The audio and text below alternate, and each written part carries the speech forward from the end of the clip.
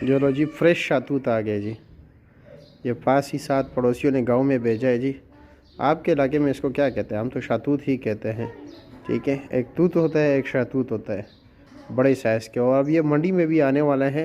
वो तो कमर्शियल तौर पर जो अगर किसी ने काश किया हो तो एक अलग बात है। वैसे ये तो हम गांव में तो यही होता है ना कि जो चीज़ तैयार, जो मेवा पक जाए ना, तो बस कुछ घर के लिए रख लेते हैं, कुछ पड़ोसी में बांट देते हैं और बाज़ार कुछ नहीं लेके जाता। हाँ, अगर किसी ने कमर्शियल तौर पे काश किया हो तो फिर लाजमी बात है जी, सेल करना चाहिए ना। ये बिल्कुल फ्रेश है जी।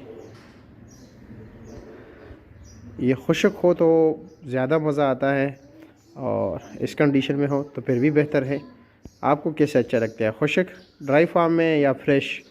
और एक तो पसंद नापसंद की बात हो गई, दूसरी बात यह कि जी किस कंडीशन में यानी किस फार्म में बेहतर होता है सेहत के लिए, फ्रेश या ड्राई फार्म में? कमेंट सेक्शन में हमें ज़रूर बताएं जी। हम तो फ्रेश खाने जा रहे हैं क्योंकि इतना है नहीं कि इसको बंदा ड्राई करे। ये लो जी।